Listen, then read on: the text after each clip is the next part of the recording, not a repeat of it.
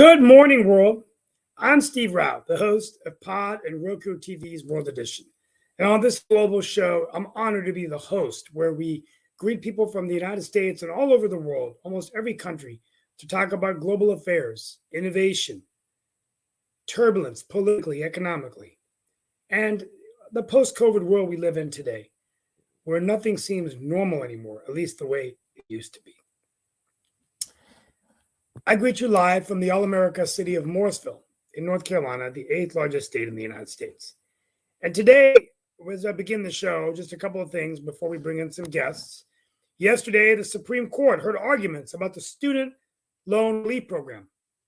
The central question is whether President Biden has the authority to cancel up to $20,000 in federal student loans for tens of millions of Americans. It does look as that the conservatives of the court, no surprise here, are skeptical, and they think that Congress should be involved when dealing with such large amounts of money. So what's next? The Supreme Court will be rendering a decision sometime this summer.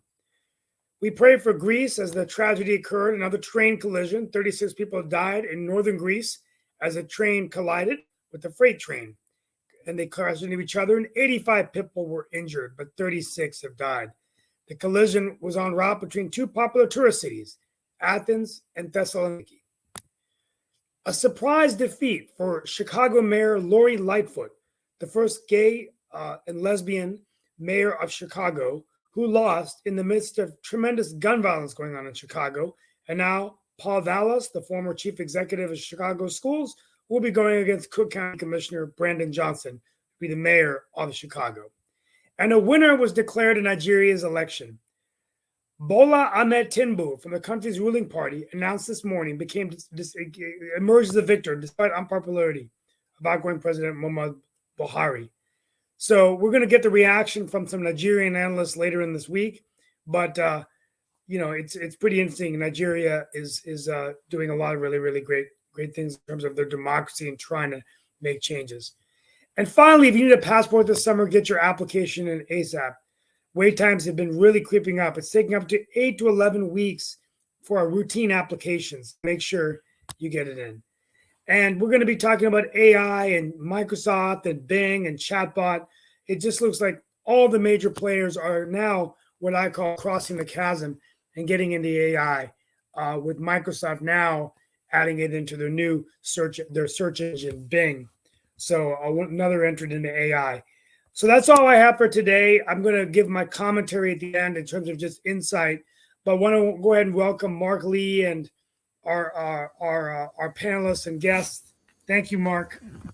No problem. Like I said, it's just me, you, and Nick right now. We'll see if anybody else shows up among our illustrious panel and other folks as well that have been invited, but we'll see if they show up. Nick and Steve, I do have to take a moment of personal pride and personal congratulations, because yesterday, after the defeat of Butler, my Marquette Golden Eagles, they were the Warriors when I was there, became the Big East champions. So they are the Big East regular season champions, and I am very proud to see that. They haven't had a ranking of number 6 since before I was in school and before their national championship. I think that is the highest ranking they've had since 1976. So that was a long time ago. And Nick, you'll enjoy this. They were picked actually number 9 out of the 11 teams in the conference, and Tyler Kolek, their guard, actually had a attitude when he was told that. He was basically, using explicitives, basically that said, F them, I'll just use that word, and everything when told about that ranking. So sometimes if you gather as a team and you have determination, you can overcome a lot of your enemies. I'm sure that you even see that, Steve, in politics and everything. So they went in with an attitude, maybe a little bit of a chip on their shoulder, and they came out as the national champions because they were going to be determined to have that record. So they've only got one more game in the regular season, and then they were going to the Big East tournament, and they are definitely heading to the NCAA, possibly being as high as a seed as either a number 3 or a number 2. So we'll see how they do in the tournament, but definitely wanted to take a moment of personal pride to say that a team, alma mater that I went to, Marquette, and their basketball team, which I have been following for years, actually even follow some of our alumni like Jimmy Butler and definitely Jay Crowder, and even more historically when I was in school, Doc Rivers, who is the coach of the Philadelphia 76ers. So I do follow some of our alumni as well that have gone on to the NBA as well as the team itself. And I've been doing that ever since I graduated in the mid 80s. So, like I said, just want to take that moment of personal pride to shout out my alma mater, Marquette, and the fact that they are the Big East champions. Hey, Mark, Yeah, the value of your degree just went up, by the way. They did a study on if your team wins a national championship or does well in sports, more applicants actually come into the university and drives up the value of your degree. So congratulations, your Marquette degree just went up in value. How you monetize off that, I've yet to figure out, but it is what it is out in XYZ land. Congratulations on that. Real quickly, the greatest part of the shows I get to set the table. So, Supreme Court, what do you think, guys? Biden versus Nebraska. All of a sudden, the student loans gone. I think he's overstepped his powers, and I think the Supreme Court is going to kick that thing back downstairs. So I don't think you're going. I don't think those you're going to get those loan reliefs. Can you say he's overstepped his boundaries? But even Amy Coney Barrett, who is a leading conservative, is questioning whether a group of GOP-led states has standing to block his student debt relief. So we do know that the court's three liberal Standing justices is always an issue. The Article 3 issue of standing is always an issue. In other words, do the states have a right to block it, or should it be from Congress or someone else? Well, that's Usually, what to get out of the standing issues, you join in with other parties to give you standing. In other words, the U.S. Congress or a congressman or something like that. But yeah, that's a legitimate issue as to whether or not standing. And this is how the Supreme Court can bypass the whole thing by just kicking it back downstairs, saying, I think Congress should work with the president. I do believe that Congress should be involved in some capacity, but see, they may not have signed on to the original lawsuit, Steve, and that could create a standing issue and send this whole thing back. Now, what about the companies that are private? Because part of the issue is around Mohela, which is the company that is a Missouri-based student loan company, and there is some question as to whether they should have been sued or sued on their own, or whether they should join in with the states. And the states are conservative states: Arkansas, South Carolina, Iowa, Kansas, Nebraska, and Missouri. So there is some question as to whether that company, and there are other student loan companies in other parts of the world, definitely that are the question. As a matter of fact, Barrett said it would be hard to see how a win for the state would benefit Mohela, or a win for Mohela would benefit the state. If the assets are completely separate, you don't get any money out of it. And that's what she told the Nebraska Solicitor General, James Campbell, who's represented the state. If the state wanted money from Mohela right now, does the state have the authority to do that? That is what Barrett said. Yeah, I mean, but like I said, that's a legitimate issue. We'll see where it goes. I got to for a question for Nick and Steve. Why is the federal government in the business of student loans to begin with? Where's that in the Constitution? It doesn't. It may not. There's a lot of stuff that's not in the Constitution. Just because it's not in the Constitution doesn't mean the government.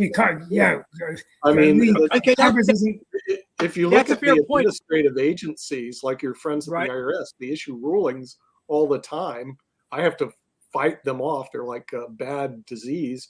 And it was never passed by Congress. But what Congress does is they say, well, we give administrative authority for the Internal Revenue Service to write the rules. Well, bingo, there they go. Now they have the authority. I think clearly using that logic, then why do we have Congress anymore? That's a good question. I don't think they're doing their job, which, like I said, the number one job of Congress should be national security. And then number two, it should be taking care of the economy of the United States of America. But they tend to get involved in all sorts of stuff that perhaps they shouldn't be involved in, which I think one of our commentators pointed out the other day when they read about how great the University of Georgia Law School is into the congressional record. We don't need that garbage going on in Washington, D.C. I'm glad the commentator pointed that out on our show, that they waste a lot of time there, not directing their efforts to serious economic issues, such as Social Security going broke next decade, Medicare going broke this decade, and frankly, the U.S. economy is broke today. Remember, this $500 billion that Biden proposes to just disappear. You know who pays for all that? We do, with interest and borrowed money.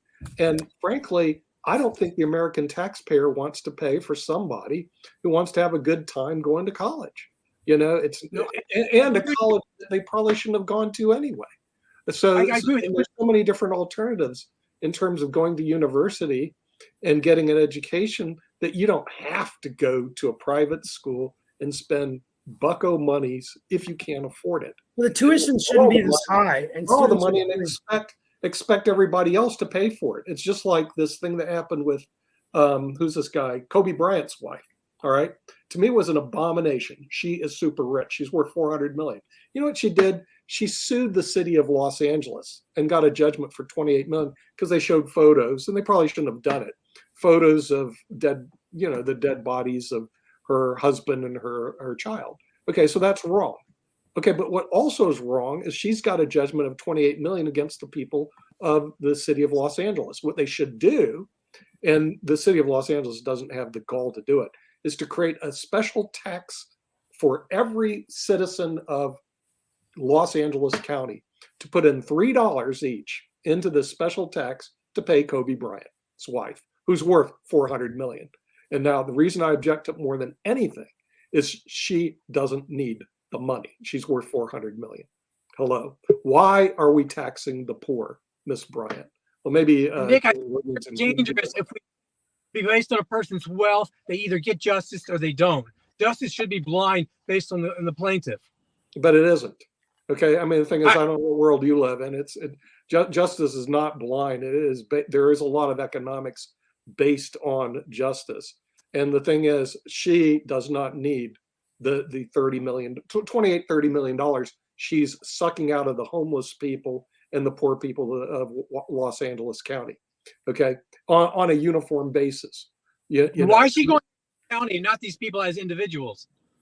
Well, she sued the county because the county has money. Okay, the individuals do it. have My money. point is, the county didn't do anything. People did.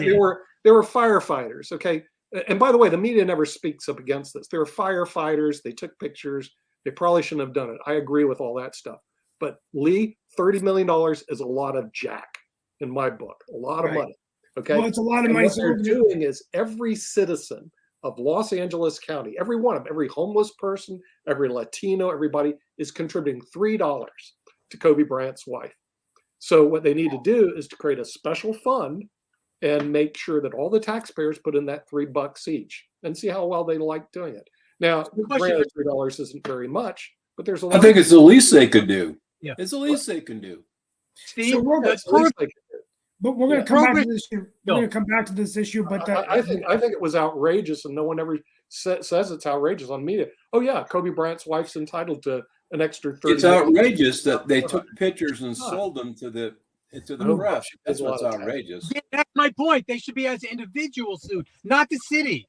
City Yeah, didn't but do the anything. thing is, they sue the city because the firemen were working for the city. Okay. Well, the city doctrine can of- get the doctrine of vicarious liability, the doctrine right? of respondent superior. They sued the city of Los They went out Angeles, the county of Los On this Angeles. Okay. And it would be different if she goes, oh, great, I'm going to get the 30 million. Now if she says, I'm going to get the 30 million, I'm going to donate it to building more houses for the 500,000 homeless people in the county, I'd have a lot of respect for that. If I'm going to do it because I'm going to build a big, gigantic house in Bel Air, which, by the way, a lot of rich people, that's what they do with the money, then I have no respect for it. So I would love to hear for what she's going to do with the money she just sucked out of Los Angeles County. $30 million. Getting back to the student loans, Steve, is the 10th Amendment meaningless? It's all 10th Amendment meaningless? Steve, Meaningless. he addressed the question to you. I don't know. Pretty much. And we got a new guest. Alvin. Well, at least we have the guest has a chair. Maybe it's a ghost guest. We haven't had one of those. The ghost guest. No. It didn't click. Hey, Alvin. There we go. How y'all doing? I actually Even sent Mr. Alvin to Alvin. the wrong link and everything that happens in the Oh, world. yeah, of welcome, podcasting Alvin and Johnson, all our of that. guest. But actually, Nick, Now, Steve, you brought can up dodge an the interesting question. part and everything because you brought up housing, and Alvin is a gentleman that I met in Clubhouse as well as a number of other places, and he is definitely working in the space of housing and trying to get more of us to get housing, because we are in the middle of a housing crisis that some people have recognized here in the United States and around the globe. But I'll let Alvin talk about what he's doing. I heard you earlier, Nick, mention about some of the politicians that are getting into housing, but Alvin actually has a long history in real estate. I think about a 35-year history, if I remember correctly, and all in that space. So Alvin, if you'll share a little bit about your real estate background and also what you're doing to get us out of this homeless crisis. And I'm sure that our guests have some questions as well, but I do know that when I've heard you talk about what you're doing, it seems truly amazing. So I would love to hear your take on the homeless situation, because as I've said on a couple of shows, I am shocked when I see tent cities in a city like Durham, North Carolina, because there's one actually near downtown, and there's some in Virginia, DC, California, including some that are near affluent areas like Burbank and Hollywood and stuff like that. So I just love to hear your perspective around homelessness and what you're doing. Mark, thank you for the opportunity, man, and I'm glad to be here with these other esteemed guests that you have. My name's Alvin Johnson, and yeah, so this is 2023. I think my real estate career started in 1982, so 41 years. But I was cutting grass back then, and then I was painting houses and little stuff like that. But from a paint contractor, from learning how to paint houses to a paint contractor to a general contractor, to owning a mortgage company for 10, 12 years. And, I make it sound like, it's just a natural progression, but it wasn't that easy. And today I'm president and CEO of a 501c3 Hope Housing Foundation that is focused on providing safe, decent, sanitary housing to the economically challenged and workforce communities of America. And so, man, we've gotten up to, I guess, in the last 10, 12 years. I've been the president here since 11. We started with the mission of, the organization is 22 years old. It was a support organization for another 501c3 that has 16,000 units. After my career in the mortgage business, I stepped out in 2007, right at the beginning of 2008, when a lot of people went out. And I went to volunteer for a guy that has those 16,000 units. And it opened my mind to the world of apartments, apartment investing, partnerships, general and limited partnerships. I didn't know how any of that worked prior to then. So I sat around and devoured partnership agreements for about a year, 13 months, just reading and talking to all the property managers, talking to the maintenance guys at 66 properties across 9 states. That was the 16,000 units. We had 180 companies that owned these apartments, with limited partnerships and different entities and different seats. And I learned how to navigate a maze of companies that way, because when my friend, I said 13 months to the day, I met with him in his office and started volunteering. He died in a car wreck. And so 2 weeks after he died, the board asked me to step in and be the president of this, today what would be a $2 billion plus company that I started as a volunteer after having just all the experience that I just told you about. And so we wrote bankruptcy plan to try to preserve this thing. And that was a creditor that wanted the money, and they got what they wanted, and the trustee got appointed. So all these properties went away for literally pennies on the dollar in 2009 and 10 and 11. Well, when I got fired, because once a bankruptcy plan is in place, the president is no longer needed. This organization, Hope Housing Foundation, was a support organization of that company, and the board asked me to step in and take over. And so that board allowed me to step in and take over. And they reconstituted a board, and we were going to go off and change the world buying apartments one at a time. I didn't have any money, no credit, no experience at syndicating deals like that, but I just had a passion and a desire. And I knew that for what we were buying, what we had the potential to buy these things for, that we couldn't build them at that time. And so we went on to grow, and we got up to about 3,500 units. Today we've got 1,054 units that we still own. We're in the process of starting 1,000 units this year, new construction. I got to a place where we could not afford to pay what sellers were wanting, where it made economical sense to pay $150,000 a unit when I can go build something for $190,000 a door with no maintenance issues. So 4 years ago, I went to what I knew and said, hey, how can we make this happen? We started looking for partners that wanted to come alongside of us to help build 20,000 units. That's our mission right now, 20,000 units in 5 years, beginning with this year. And we're doing that with some panelized systems, panelized products, structurally insulated panels. And super excited about that. It's not about the units, but it's about the system that will generate these really, really near net zero, super strong, energy efficient housing. Really, really nice. And I'll tell you real quick, and then I'll let you guys ask me anything you want. I've been, in this space of affordable housing since 2008 when I went to volunteer for my friend. And then I've been in this seat, president, 12, 13 years. And I really had a problem talking about affordable housing because when you tell people you do affordable housing, all their nose kind of looks up at you and like, oh, you're one of those guys and you serve those people and that kind of stuff. And so I had a problem with that, man. And so last 6 months or so, I'm going to share this. I said, God, man, I've hit a wall. I don't know what to do. And something that just popped up on the inside of me said that my niches, the riches are in the niches, and my niches were tied to my mission. So I needed to get back to my mission. And I said when I started this that I would do this work for free because I really loved it. And something happened along the way. Well, I met this lady, man, about 2 months ago who told me that, man, there's this really nice neighborhood in Frisco, Texas, Stonebriar. They've got houses in there from 3,000 square feet to 20,000. They started $1 million and go up to $25 million. And I just can't believe they build these apartments across the street from there for those people.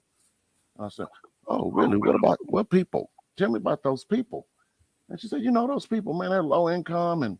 And I just can't believe they put that right across the street from that neighborhood. And I said, well, let me tell you about those people, because those are the people that we serve. And I said, affordable housing is like this. The area you're talking about, the area median income is $125,000 a year. And that means we serve a population of people that make between 60% and 80%. So $65,000 to $100,000 a year is our population in that market.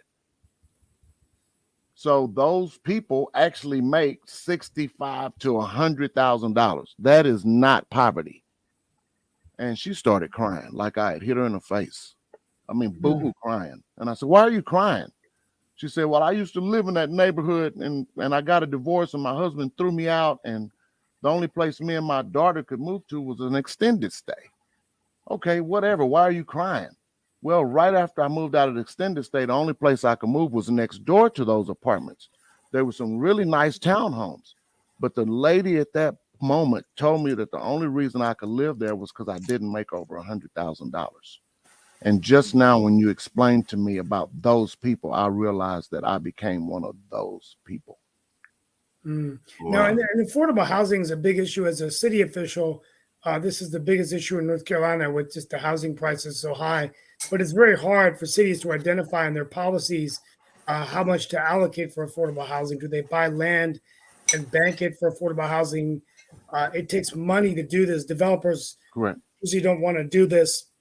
So what is your opinion about in local communities?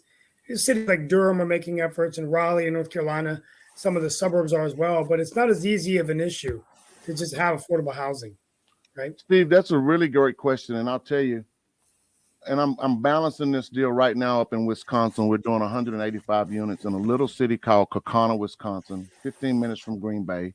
The area median income there is about $75,000 a year. The city stepped up and said, here's $4.5 million in TIF dollars to help develop this neighborhood. That's a substantial investment. That's about 10% of the capital stack to do that. So they were willing to defer whatever they did to give us those TIF dollars in an effort to bring people to the city because they don't have any housing there. So our tax dollars, now as a developer, I had to do the math. As a nonprofit developer doing good while doing good, I had to do the math and say, was this 10% equity on the front end worth it to help us close the gap on closing this? Or would it have been more beneficial to help our NOI go up to where we would not have received the TIF dollars, but we get 100% tax abatement. So, of course, nobody wants to hear that nobody wants to pay taxes, but if this $50 million development doesn't pay you $1 million a year in taxes, but it brings 200 people to the area that make $70,000 a year or $50,000 a year that are going to spend dollars in grocery stores and gas stations and everything in that market, it's a really good trade-off for the city. And some people have a short stick and don't see that sometimes. I mean, this development space for developers is really, really risky to go out there and put this kind of money on the line and hope they come when we build it. But if we had participation from more city officials like Akana stepped up and did, that would be absolutely amazing to close the gap. And then that $4.5 million allowed us, because it big piece of the capital stack, to bring our rents down to where 50%, no, I'm sorry. That particular deal, we've got 25% units at market. So we're following the safe harbor rule because we are using tax exempt bonds to finance this. So that's another real great caveat. But we've got 25% of the units at market. 55% of the units are at 80% AMI, and I believe the other 25% are at 50. And so we're really closing that affordable gap that way. Quick question for you, Alvin, and everything.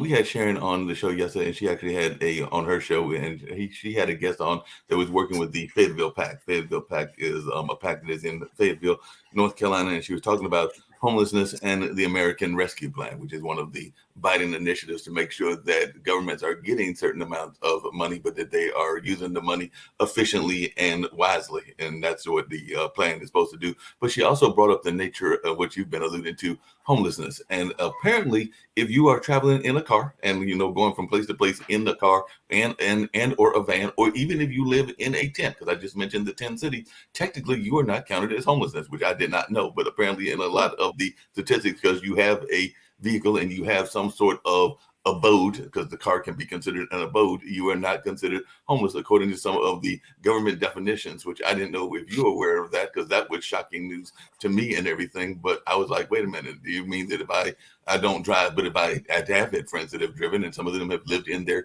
vans and their cars, and technically they were not considered homeless because they were going place to place and had some place that they could lay their head. Now, I wouldn't call a car a home, but that was just something that was said, and I was just wondering if that was something you have run across, and also your thoughts around the American Rescue Plan. Mark, I did not know that that's how you had to be considered homeless, is to not even have a car or a tent. I think that's pretty ridiculous that any government official that wrote that definition would think that way. I'm not familiar with the American Rescue Plan, but I can tell you that our organization's a 501c3. And when we started this, we were able to buy our first few properties in a way that allowed us to set aside 5 or 10% of our units for transitional housing for people that were homeless. I'll just tell you, almost as a tithe. And that was kind of my way of thinking about whatever you want to think about that. But it worked for that community. Because that community of Port Lavaca, Texas, we would find veterans living on the beach. And so my manager was a veteran, so she would literally go to the beach and take these guys out of a tent, or women and families. And she advocated for them with me to set these units aside for that. And what it allowed people to do was you can't get a driver's license without an address. You can't get an address without a driver's license. You can't get your Social Security benefits or veterans benefits or any of that without an address. So by her advocating for them to have an address, short-term, 3-month, 6-month transitional stay, it allowed them to get a address, then they could get their benefits, and then they can get everything they needed to move on. And so I think that if we are really focused on helping people in that way, there can be, and I know it takes money to do all of this, but there can be a way that some of these tax dollars that we pay in property taxes, we pay in some of these states $3 per thousand. That's substantial tax dollars. Those things, if they were used efficiently, or maybe not used and not charged to a nonprofit development organization like ours, we could actually provide those programs. It is not the government's responsibility to take care of the people. I believe it's the people's responsibility to take care of the people. No, that makes a You lot of start sense. putting One you other put more question I just people in. really quickly, and I definitely want to hear from some of the others as well, is that there's been a lot of concern around gentrification in communities and around minority economic development, and you are definitely a minority developer, so I'd love to hear your thoughts as to whether we're doing enough work in that space, because I know that there are some folks even in Durham that are in the minority community that have bought up some buildings, including some buildings in the downtown area. I don't think as many as some of the other communities, but definitely that does exist and everything. But I'm just wondering your take on the gentrification question, because I know here in Durham, we already lost Field Gardens, which was a project area. They wiped that down and put up some high rent type of apartments. And it's my understanding because of some health issues, and I'm saying that those are legitimate health issues around asbestos and other things, that McDougal Terrace, which is a long-term public housing project, is about to go down and be wiped out, and all in that space. So just wondering your take on that, because we did see a period in the 60s and 70s that public housing was a big issue, and definitely there is Section 8 housing, including some even in the downtown area and everything, but a lot of people don't like that housing, don't like some of the elements that come with that housing. So whether it's here, whether it's in Chicago, whether it's in Texas, where I believe you are, whether it's in a number of other states and everything, we do find that folks are tackling the public housing issue. And sometimes that creates a void, because sometimes these people are pushed out into the suburbs or into the country. That's if they can get out to the suburbs or the country. But I was just wondering your take on this, I would call it a public housing crisis. Oh boy. Well, I believe He's a journalism major, so you can expect questions like that. Okay. Well, I'm not going to be very popular with this answer, especially around the Black community, because I don't consider myself to be a minority. I do not consider myself to be Black, even though I am. But I'm not a Black developer. I'm a developer that happens to have dark Black skin. I don't put myself in a Black box. I'm a man, and I just happen to have Black skin. Gentrification. Gentrification is sometimes necessary, because obviously if the people that were in that area did not have enough resources to take care of it, then that area can't take care of itself. Taxes, I mean, it just can't take care of itself. I understand. I think the government made a big problem with this public housing, and I think we've seen it in areas like Ferguson, Missouri, where they've torn down a lot of those old projects that were just slated for just poor people. You cannot put 500 economically challenged, broke people in one area and think it's going to be safe. You can't put all of those people in one area and think that that area is going to be great. It can't. There's no money there. There's no resources there. There's poverty there. There's all kind of issues there because everybody is in a bad way. I think that we need to have a Secretary of Housing that has the balls to stand up and say, we're going to cut off all this Section 8 housing for able-bodied people. I'm on the front lines. I see people have parties when they get a Section 8 voucher, because guess what? They just got saved. They don't have to do anything for the rest of their life because they got that crutch. That is the biggest problem in the world, or in the United States when it comes to this Section 8 housing. Ben Carson, somebody needs to do, whoever is the new Secretary of Housing. I thought Ben would have been a Black dude. I thought he would have had the balls to do it, but he's too smart.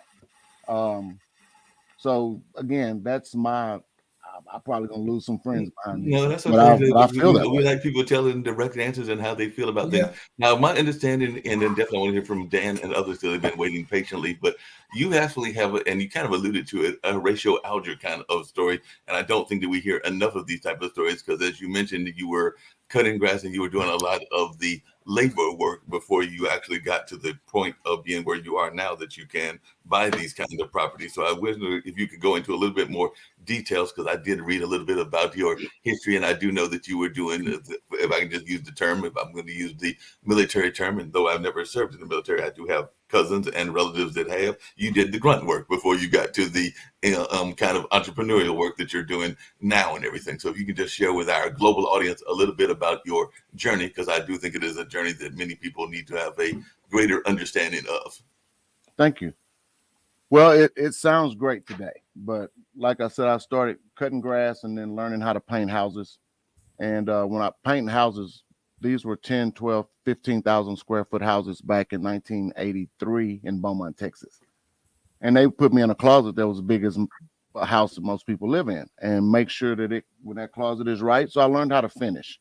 And so from that, then this guy went out of business and I still needed to eat. So I started knocking on doors and, hey, I'd paint your house for $200 if you buy the paint. And I was really good at that. And there's a story behind that too, but I'll tell you. And so I knocked on one door, and the guy, James Gonzalez, Spanish guy, and Mike Jenkins, white guy, they were doing a hotel in Beaumont, Texas, the Ridgewood Hotel, that they were turning into a senior living facility, high-end senior living facility. And they knew I worked for this guy, asked me, could I be the paint contractor? So that changed my life. I went from being a grunt worker to a paint contractor, still working. And then I did that all the way through. I couldn't paint anymore in 86, 87, 88, because interest rates were so high, nobody was doing work. And so I, at that point, had a real, I think it was 1989. My son was 3 years old. I tried to kill myself, literally, and that didn't work. And I woke up 10 days later and said, boy, you're a loser. You couldn't even freaking kill yourself. Get your shit together. So from there, it took a few years for me to get back into the real estate space, but I did. And somewhere around 88, 89, 90, started, back into the real estate space. And then I think, and that was just being a remodel contractor in Beaumont, Texas. Then I moved to Deer Park in Houston, Texas, and I got into the mortgage business in about 1996. I got that way because I was running ads on the radio for my remodel company. And this guy called me and said, hey, man, I can get your clients mortgages. You don't have to wait for them to pay you. And I'm like, what? What's a mortgage? So then I got into that. He literally, from not knowing what a mortgage was to opening a mortgage company in 96. And I went, whoa, I can make more money this way. Because even as a painter, I wanted to franchise my business, but didn't know how to do that. I said, oh, as a mortgage broker, I can be really good and make a lot of money in a lot of different places. So I had a mortgage company with 20 or 30 loan officers, and just really just working because I didn't have a backup plan. And that's how I got into this space. And then I met my friend that allowed me to volunteer for him. And then that volunteerism turned into this. But there was one thing that somebody asked me on one of these podcasts was, what was the emotion behind the emotion that led me to knock on those doors? And that emotion that after many, many years of self-searching and trying to figure it out, that emotion was fear. Mm-hmm. I used to think I was operating out of faith, but I was actually operating out of fear, trying to outrun the problems that I thought would happen before they happened. So that's how I got into real estate. Yeah, that makes a lot of sense. And like I said, we'll turn over to the other panelists. But just really quickly, I did have a friend of mine that actually I ran into on the bus. I wish I could think of his name, but he's been doing something similar to you. He's actually doing the window cleaning for the downtown area and other areas here in Durham. I think he's been doing that for 30 years or something like that. So that is a career that a lot of folks don't think about. We were actually joking because he was like, he's going to leave the swinging part of the window cleaning to other more younger people, but he and one of his other competitors are still at that game. And I want to say that if I'm 60, he might be like around 65 or 70. So he is still doing the window cleaning here in North Carolina, even at that age. And that is actually his primary job from what I can tell and everything, but he is definitely making a living doing that. So definitely I have a lot of admiration for a lot of folks in the construction space. Also having a friend of my mom's that was one of the leading African-American construction developers before he passed away, that being Ron Roadfox, who owned property. I think they're in Texas. I know he owned them in California and he owned them in a number of other places. And I want to say that his kids are running the company out of Atlanta, which is Roadfox Construction or Construction Control, I think is the name of the business, if I remember correctly, and all in that space. But I'm going to definitely turn it over to others to hear their questions, including Lee, because I know Lee's got some thoughts as well. Yeah, I just want to say welcome to the podcast, Alvin. And this is not really a real estate point, but thank you for coming from a motivational point. I love your story and the way you deliver it. Man, thank you, Lee. I'm just the old guy trying to figure it out. I'm in the car thing, Mark. Maybe the logic there was, trailers and RVs, and they just didn't know where to draw the line. That's the only thing I could think of. Yeah. I have a question for you, Alvin. When you were owning your mortgage company or painting company, did you work 40 hours a week or did you work 80 hours a week? How many hours did you put in when you owned your mortgage company and your painting contracting company. Oh my God, I can't even imagine. But you know, it wasn't 40. So it was more than 40, right? Oh yeah, it's probably closer to 100. There we go. Thank you, counselor. Thank you. Yeah, that's the That's way what I. I was trying to explain to people. I said every person I know who's been successful works like 80 to 100 hours a week. Yeah, I've And no one worked. tells people that. Well, you know, my that you put father's in still tons alive. of He's hours. 81. Yeah, go on. He came. My father came from India with only a couple dollars, and I've always been a really hard worker, probably the hardest worker of his kids. Even when as a young kid, I would remember that I would start my day at 4 a.m. going to tennis practice. I had to be on the court by 5, and then go back to school. And he basically said that you had, and he was telling me this since I was 9 years old. He said, you go to work when it's dark and you come back when it's dark. And it's like 40 years later. And I literally work from 5 a.m. until 9 p.m. without stopping. And then I have a light dinner and I go to bed and I do it again. And it's just so ingrained in my DNA. But he's still alive. And now he gets mad at me when he sees me outside before it's dark. He goes, what are you doing? Get back to work. You know, and he's 81 years old. And he goes, you're getting soft on me, man. You're getting soft on me. What are you going to, I mean, the guy, and it's funny. That's just the way he's driven. But I tell you, he's never, ever told me or any of his kids that they've done a good job. And he always says, when are you going to do something with your life? You don't work hard enough, you know? No, But- Well, Steve, I'll but- tell you, you know, back in the day, your dad, that made us tough, but that also made us too tough. Yeah. I That think caused trauma for me. No, along those same lines, Alvin, what is your thoughts around?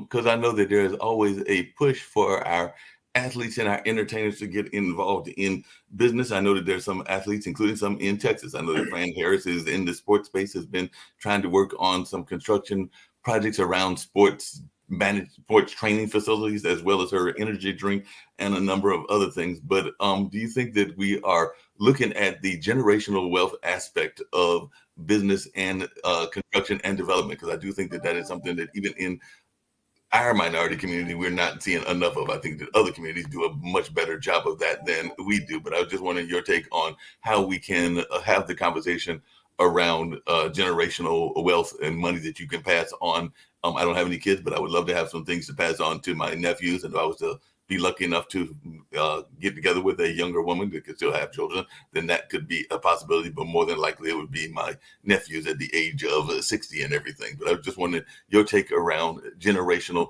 wealth, because I'll just mention that the Road Fox company is an example of generational wealth, because it's actually run, and it's called Road Fox Construction Control Services, but it's run actually by the daughter now over there in Atlanta, and they do work in everything from construction management to project management to engineering, design services, and all in that space. And like I said, Mr. Road Fox was a very good friend of my mom and all in that space. So I definitely have some knowledge of that family and some of the amazing work that they are doing, not just here, but globally. And of course, they are an Atlanta-based construction company, and I don't know if you know them, but there are people that you might want to reach out to if you don't already know their work, Alvin.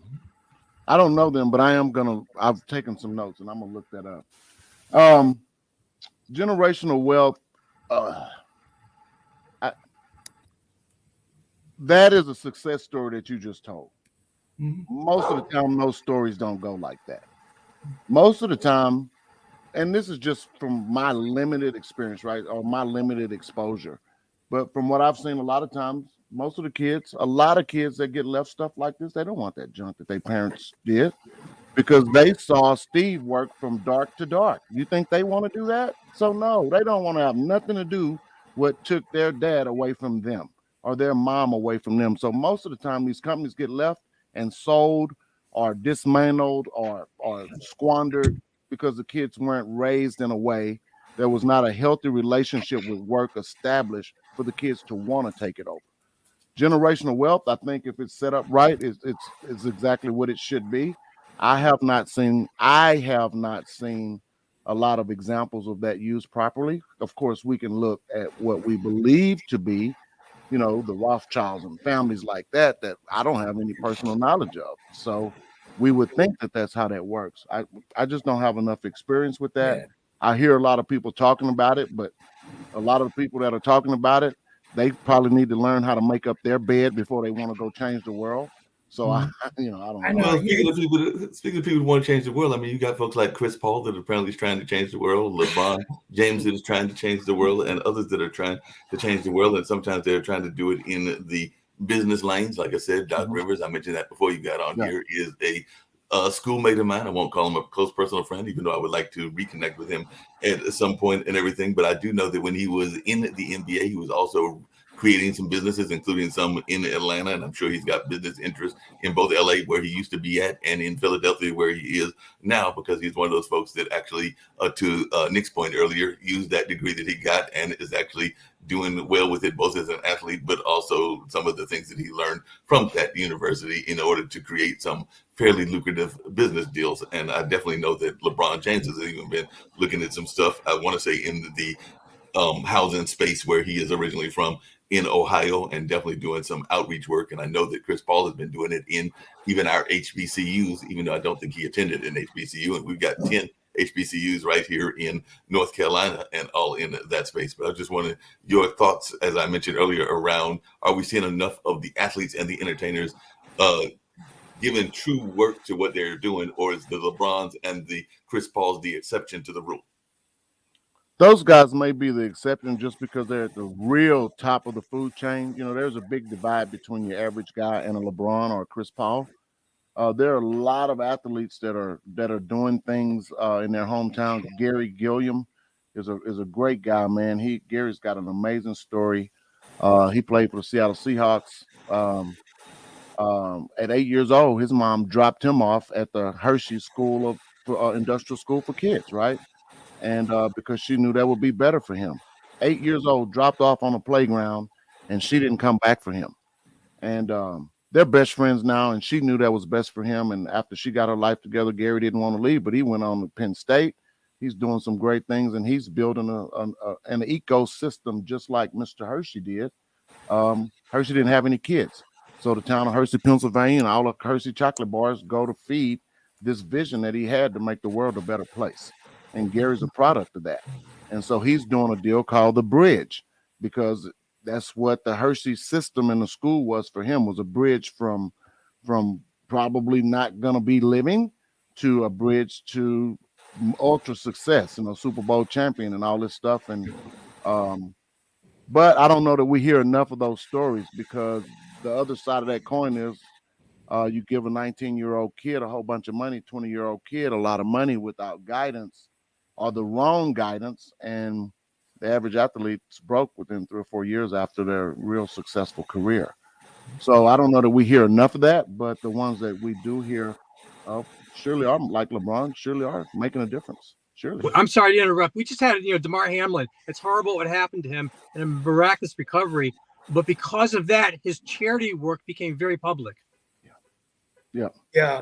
It's well. Real quickly, we got away from some of the political issues we talked about, but this is just great to have you here. What advice do you have to? We often have debates on the show about what's going on with race relations, but you have a very inspiring story, and it seems like you've worked with what you had to deal with to get yourself into a level of life where you can really be a contributor. What advice do you have to people out there today that might be going through uncertain times, that might be experiencing, some racism, but how do they get motivated to look at the glass half full and look at opportunity? Boy, that's a powerful question, and that may be very difficult from someone that's looking at it from a lens of half empty. But you literally have to make a decision. You look more, you seem more conservative in your values and your beliefs, but you do it in such a dignified and respectful way. So I'm just curious, are you a Republican? I am. I believe I vote more Republican and side more with those views, because I'm not a victim. I could have been a victim, man. I was sexually assaulted at 9. If I would have hung on to that as a victim, I would have been Jeffrey Dahmer. I would have killed somebody. So you have to make a decision to not let that stuff bother you. I told you I tried to kill myself at my son was 3 years old, so I would have been 24 years old. I had gone to ultra highs in my career. Didn't even know it was a career. Had been a millionaire at 22 and then broke at 24. because I didn't know anything about money. I thought old people were dumb, and how do I have all this money and they're walking around here going to work every day like that? And then 3 years later, a fool and his money are quickly parted because I didn't know what to do with it and Hey, didn't Alvin, I invest want to it bring right. up something that Nick brings up oftentimes and everything. I was surprised he didn't bring it up this time, but one of the things that Nick oftentimes talks about, and I've brought it up on other shows that I have hosted as well, is this notion that we need to have fiscal training, fiscal literacy in our school systems. And we don't talk about that in the media. We don't talk that in about a number of other places. I know that Nick earlier mentioned, and he's mentioned it several times, that Social Security is going to be broke within 5 to 10 years and all in that lane and everything. But I was just wondering your take around the public school system, and is this something that we need to be teaching within the public school system? And like you said, you had the money, had a significant amount of money, and then you lost that money, and now you have rebuilt that money. But I think a lot of our kids, when they get the money, whether that's through athletics, whether that's through being a lottery winner, whether that's through hard work or whatever, they don't have a plan and know how to deal with the money that they've got. I mean, you're in the housing space, and I'll just leave it at this. And they say that you need to have, I think it's less than a third of your money going toward housing. And there are some people that are spending probably about 50 to 60% on their housing. So they're already heading toward broke if that's what they're spending on their rent. And we do know that rising rents are a real issue. But I was just wondering your concerns around fiscal literacy, and if that's something we need to be teaching folks, including maybe don't buy a house for, a mortgage for whatever the expensive amount is if you can't afford it and if you don't have the money to do it. Well, there's a couple of different topics there, Mark, but I'll tell you the school system really should. I remember when I went to high school, they had home ec class. So they taught you how to cook or sew or do something. There was shop, there was automotive mechanics, there was all kind of trades that you could learn in school. They used to take the kids out from the shop class and they go build a house during the semester, right? And so there were a lot of kids that came out of school that knew they weren't going to college, that at least they knew how to balance a checkbook. At least they knew how to get up and cook eggs in the morning. Nowadays, you don't have any of that. And you've got so many parents, young parents having kids. Again, I see it because we own these apartments where we have a lot of recipients of Section 8 vouchers. We have a lot of those people there. And so, again, when they throw a party because they got a housing voucher, that's what they have been taught. They were not taught a trade. They were not taught. And my parents were school teachers, both of them. My dad's mom was a principal, and my mom's mom was a really high up executive in Avon. Notice I didn't mention any of the grandfathers. That's an issue. Where are they at? Where are we? Where are the men? Yeah. Yep. What do you say to folks? And then I know we got to get to Steve's closeout, and I don't know if Dan's got any thoughts because he usually has got some thoughts as well. But what do you say to those people that are concerned about the mortgage industry and the real estate industry? And they will point out that in both of those fields, there is what they consider structural racism, and whether that is real racism or not, it sounds like as a conservative, that is something that you are not always on that bandwagon with. But I'd just love to hear your take on this, and if that is something that we need to be concerned about, because there will be people that say that if you go to get a bank loan and if, say, Lee goes to get a bank loan, the answers may not be the same, but you have been highly successful. So I just wonder, do you think that structural racism is real, and is it something that we need to be aware of? Mark, it might be real. I may have been turned down from some loans because I'm black. Maybe, and maybe not. But if I choose to see it from that lens, everything I see will be from that lens. One of my friends tells me, as we get better, it gets better. What is it? Everything that we look at. So if I look through a racial lens, I could see right now that I'm the darkest one on here. Why y'all got me on here? I think it's a good point, and I'm going to go on a limb here. I often have healthy debate with Dan Worthington and Shaquille. I do believe that there's racism that exists, but I got to tell you, like in my personal experience, I've never been very conscious of my race in terms of just who I am. Right now, I've experienced some racism in my past when I was a young kid. But I do believe the Indian American experience is different than the Black American experience. So I will say that, right? I mean, my parents came from India, but when they left, they came for a better life. But the history of the Black people, they came in on slave ships, right? So there was a stigma, and I think, but the way I was raised in my household, I wasn't allowed to talk about race when you were a kid growing up in my father's house, right? Mhm. And so for me, I get very uncomfortable when I go to these diversity and inclusion seminars because I've been taught my whole life, don't talk about that. So it's really, really odd for me being a Democrat, right? I mean, I just, Well, that's your choice, Steve. You're a Democrat because you choose to be a Democrat. but you can be a moderate I can't help you with that.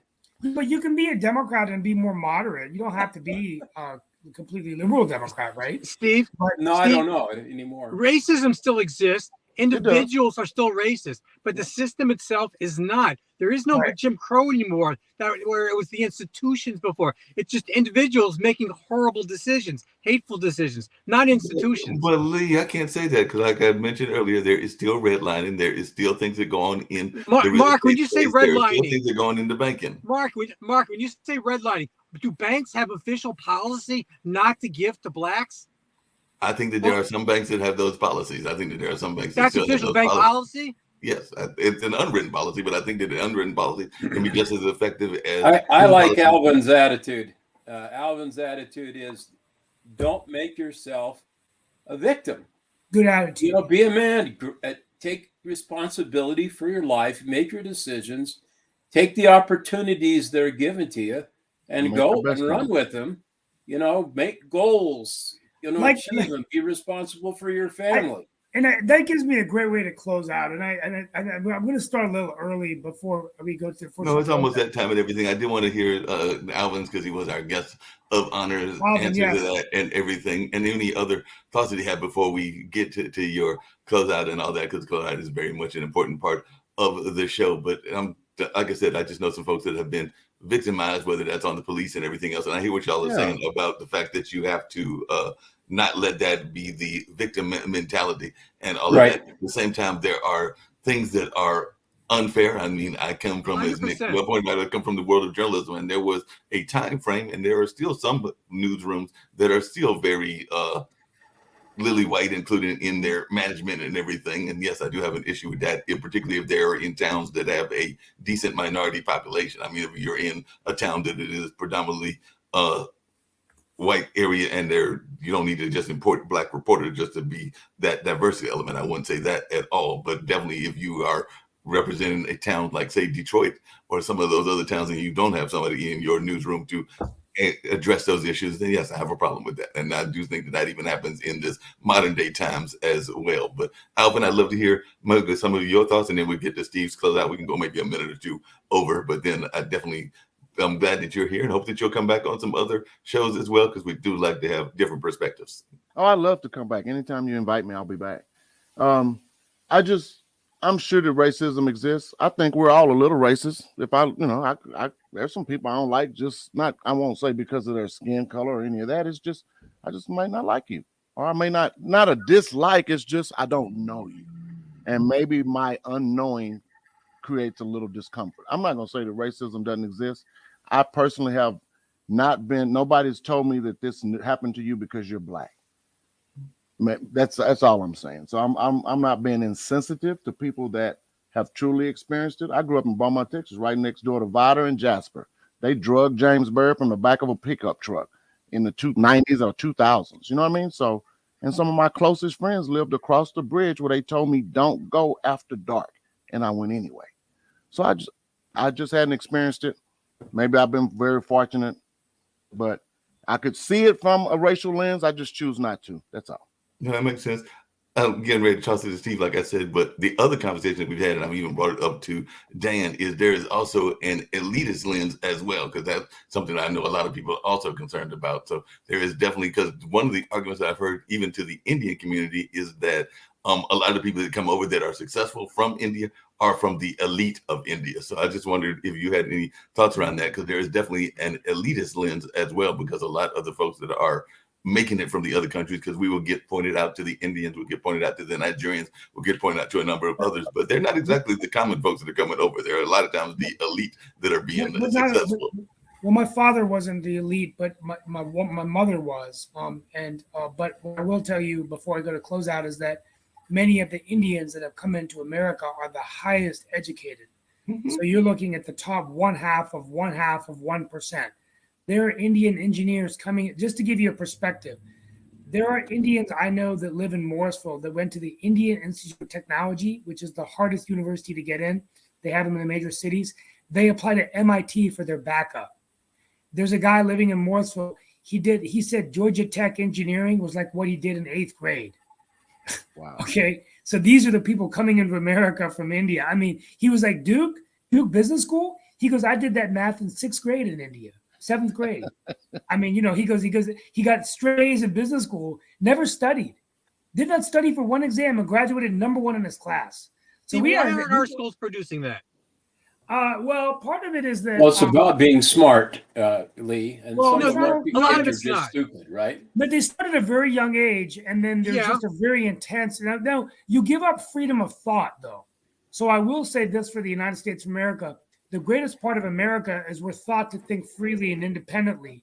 Our universities are good sometimes, even liberal arts, because you learn how to think for yourself. That's why we've been a nation of entrepreneurs. India hasn't been like that. Now it's changing, right? But you can't have a calculator. So that's why it's great. Like one of my colleagues, Satish Garamella, if I tell him we're doing the budget, and he'll say 554 times 375, and he'll close his eyes for a minute, and he'll come out to the number, to the actual decimal point. I'm like, how do you do that? And he goes, there are no calculators now going on, man. Everything's got a formula, right? So it's the mind brain. But anyway, we got to close out. Yep, you'll go to the closeout. So I'm glad that Alvin was here and glad that he'll Alvin, be thank making you some for return coming. trip. Alvin, it's been a pleasure having you on the show. And as I get ready to watch the Creed movie on Friday, we can't think of Rocky Balboa when he was telling his son that great motivational speech in the movie Rocky Balboa, which was after Rocky V, but that was the one where he tried to come out in retirement and fight a champion. And he told his son, it's not about how hard you get knocked down. It's how hard you get knocked down and get how many hits you can take and keep moving forward. And he said it's not about pointing the finger. It's about taking those hits and being able to take those hits, because that's what living is. And I think that's the most important thing we got out of your talk today, is that you've taken some hits, but you've learned and you've clawed your way back into life every single experience you've had. And so that's my motivation for everyone out there listening today. Things might not be going the way you want them, but you have another day tomorrow. So try to find something positive that you can hold on to so that you can move forward. And I remember John Chambers' father, who was the former CEO of Cisco. John often tells the story about how when he was fishing, he almost drowned in the New River Gorge in West Virginia. And his father kept telling him to grab the rod. And one day he asked his dad, as he was driving back, Dad, why did you ask me to grab the rod? He goes, son, if I didn't tell you to grab the rod, you would have drowned because you would have focused on drowning. So that's my metaphor of the day. Grab the rod so you can grab focus that on rod. that. That's a And great that stayed metaphor. with John Chambers his entire life, a dyslexic who would go on to run a company, 47 billion, 7 million to 47 billion, acquired 180 companies, and was one of the leaders of the networking computing revolution, along with Bill Gates, Larry Ellison, and many of the other greats. So that's my inspiration of the day. I hope I motivated you on World Edition. Hey, I know that that's it, and I know And that we're Steve, on- one more thing. You too can choose to be a Republican. Well, Hey, I don't know if the Republicans will happen. Dan, just really quickly, and I think Alvin will enjoy this, and I'm just going to throw this out and everything. I don't think I'm speaking out of school because it's a known fact. My mom, who I know that Steve is aware of and is retired, actually ran for Secretary of State under the Democratic Party and is actually considered a proud Democrat and all in that space. The reason I know who Ron Roadfox is because that was for a number of years my mom's significant other, and he is definitely a diehard Republican. So you can have Republicans and Democrats living in the same space and being Sure, together yeah. all in that way. Just because don't I saw talk that about personally. politics. Well, folks, Say it's what? that time. I want to thank you all for being with us today. We got to go. It's 4 minutes over. See y'all tomorrow. Be back. God bless. Yep, Be God back bless. next week tomorrow for another edition, and Friday. It's been a great week. Alvin, thank you for being with us. Thank you, Be guys. safe wherever you are. Get up, keep moving forward. Thank you, folks. Sounds good. Let's get on out of here.